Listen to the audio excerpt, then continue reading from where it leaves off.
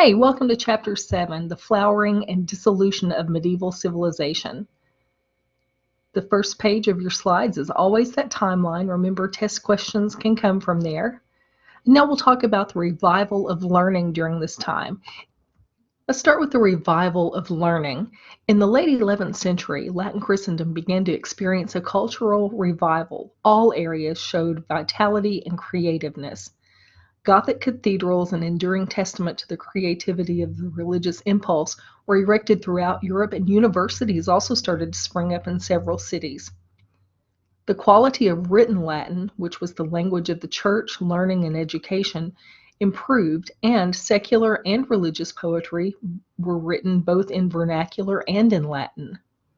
Some key works of ancient Greece were translated into Latin and studied in the universities. Employing the rational tradition of Greece, men of genius were able to harmonize Christian doctrines and Greek philosophy. Several conditions contributed to this cultural explosion, which is known as the 12th century awakening. As attacks of Vikings, Muslims, and Magyars ended and kings and great lords imposed more order and stability, people found greater opportunities for travel and communication. The revival of trade and the growth of towns created a need for literacy and provided the wealth required to support learning. Increasing contact with Islamic and Byzantine cultures in Spain, Sicily, and Italy led to the translation into Latin, often by learned Jews, of ancient Greek works that had been preserved by these Eastern civilizations. By preserving Greek philosophy and science, and by producing creative commentaries on these classical works, Islamic civilization acted as a bridge between antiquity and the cultural revival of the High Middle Ages. The 12th century awakening was also prompted by the legacy of the Carolingian Renaissance. University students studied grammar, rhetoric, logic, arithmetic, geometry, astronomy, medicine, music, and, when ready, church law and theology, which was considered the queen of the sciences because it was considered as philosophy. The curriculum relied heavily on Latin translations of ancient texts, chiefly the works of Aristotle. Universities formed a crucial function in the Middle Ages. Students learned the habit of reasoned argument. This image depicts God as an architect, which is the medieval worldview of God. To the medieval Christian, God was the creator of the world. The universe had known a hierarchical order, and this great chain of being started with God. So, since he was the top of the great chain, he would have been the builder of all. The medieval worldview was distinctive and was based essentially on Christianity, and this worldview evolved through the Middle Ages. In the Christian worldview, it wasn't the individual, but the Creator who determined what constituted the good life. They also saw the world or the cosmos broken into two sections, a higher and a lower section. Moral values came from the higher world, which was also the final destination for the faithful. There were two sets of laws that governed the medieval universe, one for the heavens and one for the earth. The cosmos was kind of viewed as this giant ladder with God at the summit, and then the earth, composed of base matter, stood at the bottom just above hell, where farthest from God dwelled Satan, his evil spirits, and the souls of the damned. Medieval thinkers inherited the theory of an earth-centered universe, this geocentric theory, which they thought really explained the Christian viewpoint. The geocentric theory held that revolving around the motionless Earth at uniform speeds were 7 transparent spheres in which there were embedded 7 planets: the Moon, Mercury, Venus, the Sun, Mars, Jupiter, and Saturn. Because Earth didn't move, according to this geocentric theory, it was not considered a planet. This Earth-centered universe really coordinated with the Christian idea that God had created the universe for men and women, and that salvation was the primary aim of life. Because God had created people in his image, they deserved his central position in the universe. Although they might be living at the bottom rung of the cosmic ladder, only they of all living things had the capacity to ascend to heaven, which was the realm of perfection. Also acceptable to the Christian mentality was the sharp distinction drawn by Aristotle between the world above the moon and the one below it. Aristotle held that terrestrial bodies were made of 4 elements: earth, water, air, and fire. Celestial bodies, which occupied the region above the moon, were composed of a 5th element, which he called ether. It was too clear, too pure, and too perfect to even be found on earth. The planets and stars existed in a world apart. They were made of the divine ether. Now, the idea that the cosmos had a ladder base meant that people could move up the ladder. So it was important to strive to do better and to be better. And the center of this was the belief that men were imperfect but redeemable. So if men and women were weak, egocentric, and sinful, with God's grace they could overcome their sinful nature and gain salvation. Without grace, they were just helpless. The medieval individual's understanding of self stemmed from a comprehension of the universe as a hierarchy instituted by and culminating in God. The basest objects were lifeless stones that were devoid of souls. Higher than stones were plants, and they had this primitive type of soul which allowed them to grow.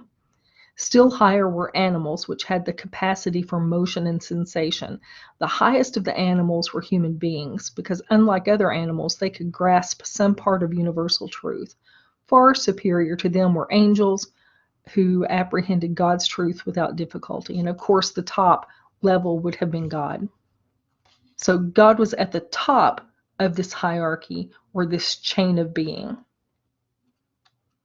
Medieval people got a great sense of security from this hierarchical universe in which the human position was clearly defined. There again, they accepted the fact that they were imperfect, and they had the hope of doing better and being better and attaining something. Oh, and this illustration shows how students studied at the time. So students mastered grammar, rhetoric, and dialectic, the trivium, and then proceeded to the quadrivium, which were mathematics, geometry, astronomy, and music. The technique of teaching was the disputatio, or oral disputation between master and student, which is a lot like the dialectics that we know Aristotle taught. In the universities, the best minds studied theology, which was very, very closely linked to philosophy, the queen of sciences. Medieval philosophy, or scholasticism, applied reason to revelation. It explained and clarified Christian teachings by means of concepts and principles of logic derived from Greek philosophy. The scholastic masters used reason not to challenge their faith, but to serve their faith, to clarify it, and to build it up.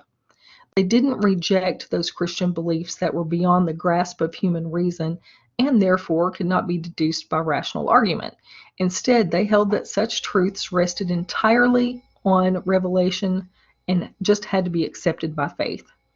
These thinkers wanted rational thought to be directed by faith for Christian ends and guided by scriptural and ecclesiastical authority. Ultimately, faith had the final word. An early scholastic, Saint Anselm, was the abbot of the Benedictine monastery in Lebec, Normandy. He used rational argument to serve the interest of faith. Like Augustine before him and other thinkers who followed him, Anselm said that faith was a precondition for understanding. Without belief, there could be no proper knowledge. He developed a philosophical proof for the existence of God, and his argument went like this. We can conceive no being greater than God, but if God were to exist only in thought and not in actuality, his greatness would be limited. He would be less than perfect, hence he exists. As a young teacher of theology at the Cathedral School of Notre Dame, Peter Abelard acquired a reputation for his brilliance and combativeness. Abelard's most determined opponent, Bernard of Clairvaux, accused him of using dialectics, the method of logical argument, to attack faith. Abelard believed it was important to apply reason to faith, and that careful and consistent questioning led to wisdom. Abelard took 150 theological issues, and by presenting passages from the Bible and church fathers, showed that there were conflicting opinions throughout them. He suggested that the divergent opinions of authorities could be reconciled through proper use of dialectics. But like Anselm before him, Abelard did not intend to refute traditional church doctrines. He was looking to have reason strengthen the authority of faith. St. Thomas Aquinas upheld the value of human reason and natural knowledge. He taught at Paris and in Italy. His greatest work, Summa Theologica, is a systematic exposition of Christian thought and the crowning expression of the medieval attempt to integrate Aristotle's philosophy with Christianity.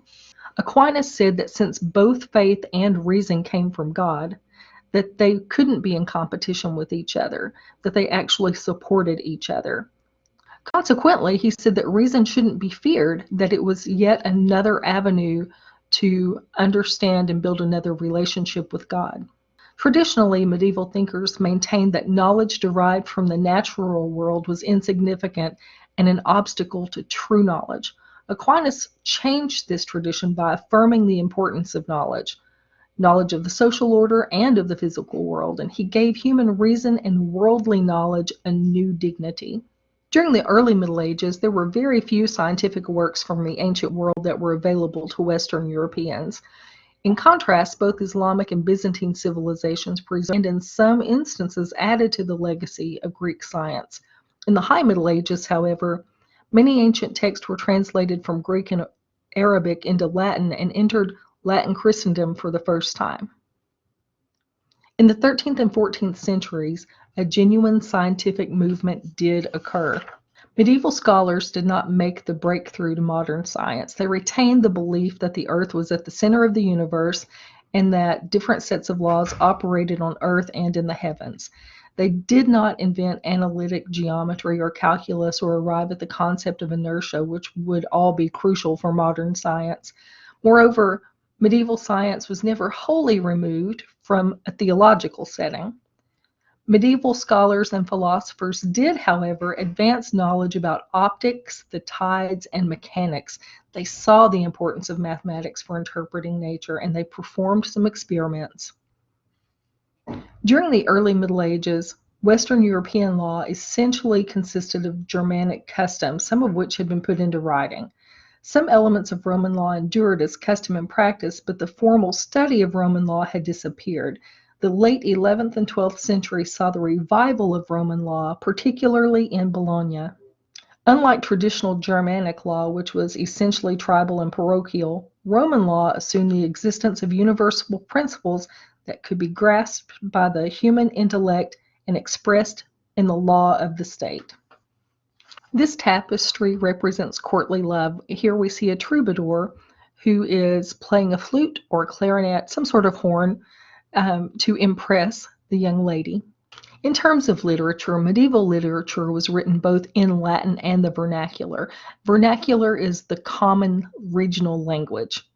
Much of medieval Latin literature consisted of religious hymns and dramas depicting the life of Christ and the saints. The French chansons de geste were epic poems of heroic deeds that had first been told orally and then were written down in the vernacular of northern France. These poems generally dealt with stories like Charlemagne's battles against the Muslims and rebellious nobles and feudal warfare.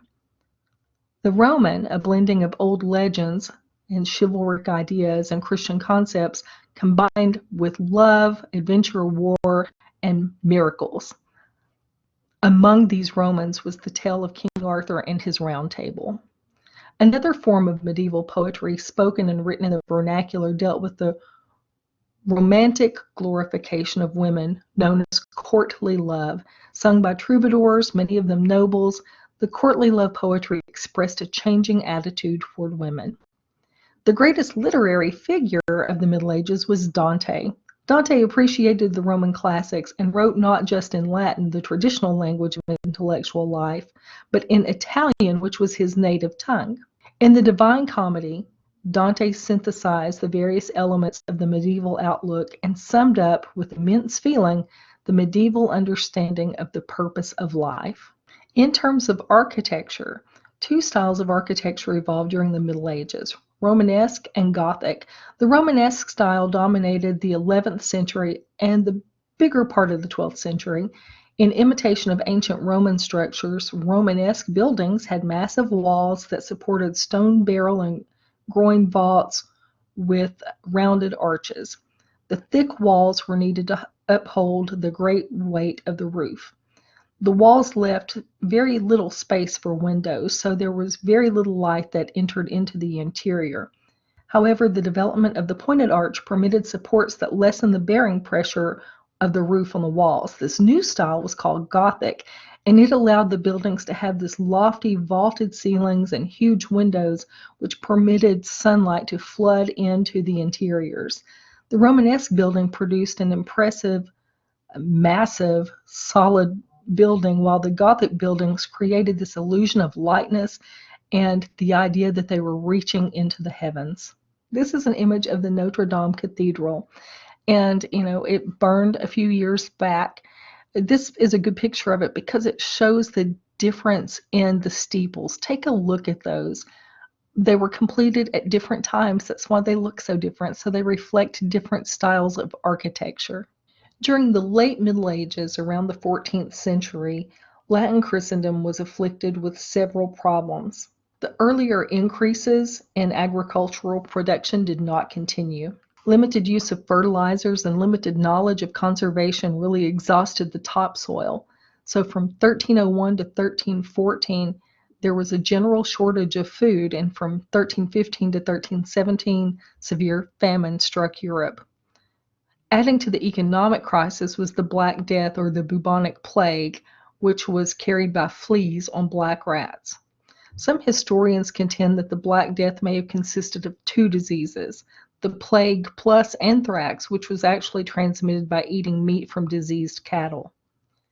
The crowded cities and towns had the highest mortality rate due to the Black Death, losing as much as 60% of their population. Perhaps 20 million people, about a quarter to one-third of the whole European population, died in this worst disaster of recorded history that was caused by natural forces. Overwhelmed by terror, people abandoned their sick children, their spouses, their parents that were panic-stricken, and they drifted into debauchery, lawlessness, and frenzied forms of religious life. Confidence in the church really declined during this time because people really felt like the plague had been sent upon them by God. Compounding this adversity was the series of conflicts known as the 100 Years' War. In earlier centuries, wars in medieval Europe had generally been short and changed dramatically with the 100 Years' War. Because the English kings ruled parts of France, conflicts between the two monarchies were common. In the opening phase of the war, the English inflicted terrible defeats on the French knights. After the Battle of Agincourt, won by the English under Henry V, the English controlled most of northern France. At this crucial moment in French history, a young, illiterate peasant girl named Joan of Arc helped rescue France. Believing that God commanded her to drive the English out of France, Joan rallied the demoralized French troops and led them into battle. In 1429, she liberated the besieged city of Orleans. Later, she was captured and imprisoned by the English, and in 1431, she was condemned as a heretic and a witch and burned at the stake. Inspired by Joan's death, the French drove the English from all of the French territory except the port of Calais. The principal sign of decline in medieval civilization in the late Middle Ages was the waning authority and prestige of the papacy. In the High Middle Ages, the papacy had been the dominant institution in Christendom, but in the late Middle Ages, its power had weakened. Philip IV of France taxed the church and his land to raise revenue for war. In doing so, he disregarded the church prohibition against the taxing of property without papal permission. Pope Boniface VIII decreed that kings and lords who imposed taxes on the clergy and the clergy who paid them would be excommunicated. Far from bowing to the Pope's threat, Philip acted forcefully to assert his authority over the church in his kingdom. Boniface backed down from his position and declared that the French king could tax the clergy in times of a national emergency. A second dispute had a more disastrous consequence for Boniface, though. Philip tried and imprisoned a French bishop despite Boniface's warning that this was an illegal act and a violation of the church law and tradition, which held that the church, not the state, must judge the clergy. Boniface threatened to excommunicate Philip. The outraged monarch raided the papal summer palace and captured the pope. Although Boniface was released, the shocking event proved too much for him, and a month later he died. Boniface's two successors, Benedict XI and Clement V, tried to reconcile with Philip. In particular, Clement decided to remain at Avignon, a town on the southeastern French frontier, where he had set up a temporary residence. From 1309 to 1377, a period known as the Babylonian captivity, popes were all French and resided at Avignon, not Rome. Pope Gregory XI returned the papacy to Rome in 1377, ending the Babylonian captivity period. Elected Pope in 1378, Urban VI abused and imprisoned a number of cardinals. Fleeing from Rome, the cardinals declared that the election of Urban had been invalid and elected Clement VII as the new pope. Refusing to step down, Urban excommunicated Clement, who responded by doing the same thing. He excommunicated Urban. To the utter confusion and anguish of Christians throughout Europe, now suddenly there are two popes, Urban ruling from Rome and Clement ruling from Avignon. Prominent churchmen urged the convening of a general council, the Council of Pisa, to end the disgraceful schism. The Council of Pisa met in 1409 and was attended by hundreds of churchmen. At this point, they deposed both Urban and Clement, put them both aside, and elected a whole new pope. But neither of the deposed popes accepted that, so now we have three popes. A new council was called at Constance in 1414. In the struggle that ensued, each of the three popes either abdicated or was deposed in favor of an appointment by the council. Finally, in 1417, the Great Schism ended. Another threat to papal power and to the medieval ideal of a universal Christian community guided by the Church came from radical reformers who questioned the function and authority of the entire Church hierarchy. These heretics in the late Middle Ages were forerunners to the Protestant Reformation. John Wycliffe challenged the fundamental position of the medieval Church that the avenue to salvation passed through the Church alone. He denounced the wealth of the higher clergy and sought to return the spiritual purity and material poverty of the early Church. Wycliffe's ideas were enthusiastically received by reformers in Bohemia led by Jan Hus. Like Wycliffe, Hus advocated vernacular translations of the Bible, which then would be more accessible to common people. He also reprimanded the upper clergy for their luxury and immorality. In the late Middle Ages, the papacy lost power as kings, political theorists, and religious dissenters challenged papal claims to the supreme leadership. Thomas Aquinas' system was the culmination of the scholastic attempt to show the basic agreement of philosophy and religion. Whereas Aquinas had said that reason proved or clarified much of revelation, 14th century thinkers asserted that the basic propositions of Christianity were not open to rational proof. Whereas Aquinas had held that the faith supplemented and perfected reason, some philosophers were now proclaiming that reason contradicted faith. This new outlook did not urge abandoning faith in favor of religion. Faith had to prevail in any conflict with reason because faith rested on God, the highest authority in the universe. But the relationship between reason and revelation was altered. The chief proponent of this new outlook was William of Ockham. William insisted that natural reason could not prove God's existence, the soul's immortality, or any other Christian doctrine for that matter.